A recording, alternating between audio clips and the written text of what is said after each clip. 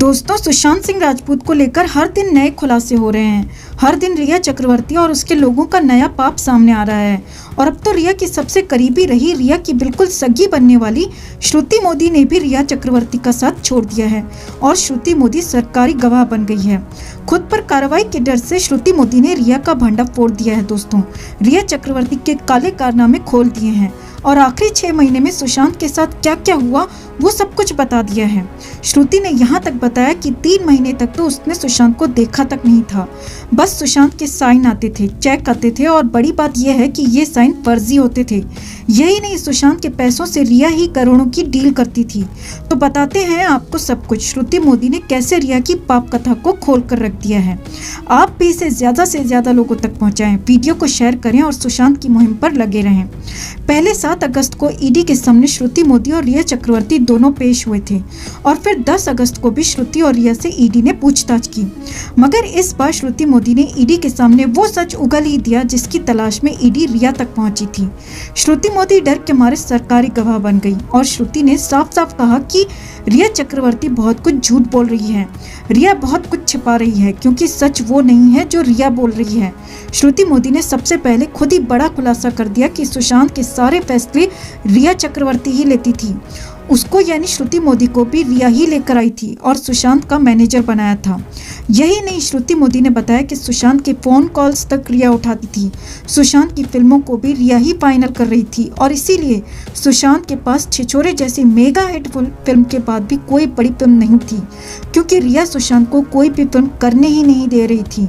और सुशांत इस हालत में नहीं थे कि वो कुछ कह सकें या फिर कुछ कर सकें, क्योंकि सुशांत 3 महीने तक सोते रहे थे। जी हाँ, ईडी ने पूछा कि सुशांत की हालत कैसी थी तो श्रुति मोदी ने बताया कि सुशांत हमें लगातार 3 महीने तक दिखे ही नहीं थे।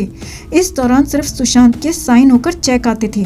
यही नहीं, श्रुति मोदी ने यहाँ तक बताया दोस्तों कि उसे ये भी पता लग चुका था कि वो साइन सुशांत के नहीं थे बल्कि फर्जी साइन थे और ये फर्जी साइन या तो रिया या फिर रिया का भाई शौविक कर रहे थे, लेकिन हमें अपना मुंह बंद ही रखना था।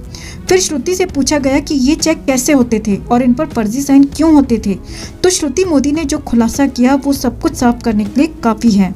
श्रुति मोदी ने बताया कि सुशांत की कंपनियां, सुशांत के इन्वेस्टमेंट्स, यहाँ तक कि सुशांत की प्रॉपर्टी को लेकर भी सारे फैसले रिया ही ले रही थी और वो अपने हिसाब से ही पैसे खर्च करती थी। कई बार लाख तो कई बार करोड़ों के चेक भी साइन होकर आते थे और इन सब में भी फर्जी दस्तखत ही होते थे, लेकिन मुझे इस पर बोलने की कोई परमिशन नहीं होती थी। फिर ईडी ने श्रुति से पूछा कि तुमने सुशांत से मिलने की कभी कोशिश क्यों नहीं की, तो श्रुति मोदी ने बताया कि रिया परमिशन नहीं देती थी और कहती थी कि सुशांत सो रहे थे और करीब 3 महीने तक, जी हाँ ध्यान दीजिए दोस्तों, करीब 3 महीने तक सुशांत सो ही रहे थे और इसी दौरान ये सारे घपले किए गए। श्रुति ने बताया कि इसके बाद मैंने रिया और सुशांत के साथ काम करना छोड़ दिया था। श्रुति मोदी ने बताया कि फरवरी 2020 में उन्होंने सुशांत का साथ छोड़ दिया था। सुशांत से उसके बाद कोई संपर्क नहीं था, लेकिन इससे पहले नवंबर से लेकर फरवरी तक सुशांत को पूरी तरह से लूटा जा चुका था और यही वो समय है जिसके बारे में सुशांत के घर वाले भी बार बार कह रहे हैं। और नवंबर में ही सुशांत ने अपने पिता से परेशान होने की भी बात कही थी दोस्तों। यही नहीं, नवंबर में ही सुशांत के पापा ने रिया और श्रुति को मैसेज भी भेजे थे कि मेरे बेटे को छोड़ दो, लेकिन न तो रिया ने और न ही श्रुति मोदी ने तब सुशांत के पिता को कोई जवाब दिया था।